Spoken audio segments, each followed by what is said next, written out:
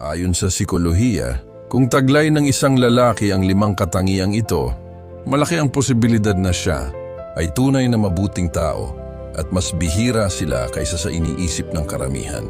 Pakinggan mong mabuti. Narito ang 5 palatandaan ng isang tunay na mabuting lalaki. 1. Madalas siyang mag-isa. Hindi dahil ayaw niya sa mga tao, kundi dahil natutunan niyang mas mahalaga ang kapayapaan kaysa sa atensyon. Mas pinipili niya ang dekalidad na samahan kaysa sa maraming kakilala. 2. Malalim siyang mag-isip.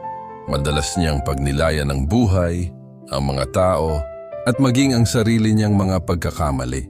Bihirang magpahinga ang kanyang isipan dahil hindi rin tumitigil ang kanyang pagnanais na maging mas mabuting tao.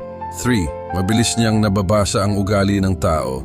Isang tingin, isang pangungusap, o isang simpleng kilos lamang ay sapat na upang mapansin niya ang mga bagay na hindi nakikita ng iba. 4. Mas marami na siyang pinagdaan ng sakit kaysa sa inaakala ng karamihan. Ngunit sa halip na maging mapait ang kanyang puso, naging mas matalino siya. Sa halip na gumanti, pinili niyang magpigil at pairalin ang karunungan. 5. Hindi niya kailangan ang pag-apruba ng iba upang malaman ang kanyang halaga. Ang kanyang kumpiyansa ay hindi nakasalalay sa opinyon ng ibang tao. Nagmumula ito sa malinaw niyang pagkilala sa kanyang tunay na pagkatao.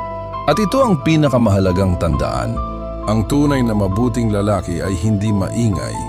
Hindi niya kailangang patunayan ang sarili sa kahit kanino. Nauuna nang magsalita ang kanyang mabuting karakter bago pa man siya magsalita.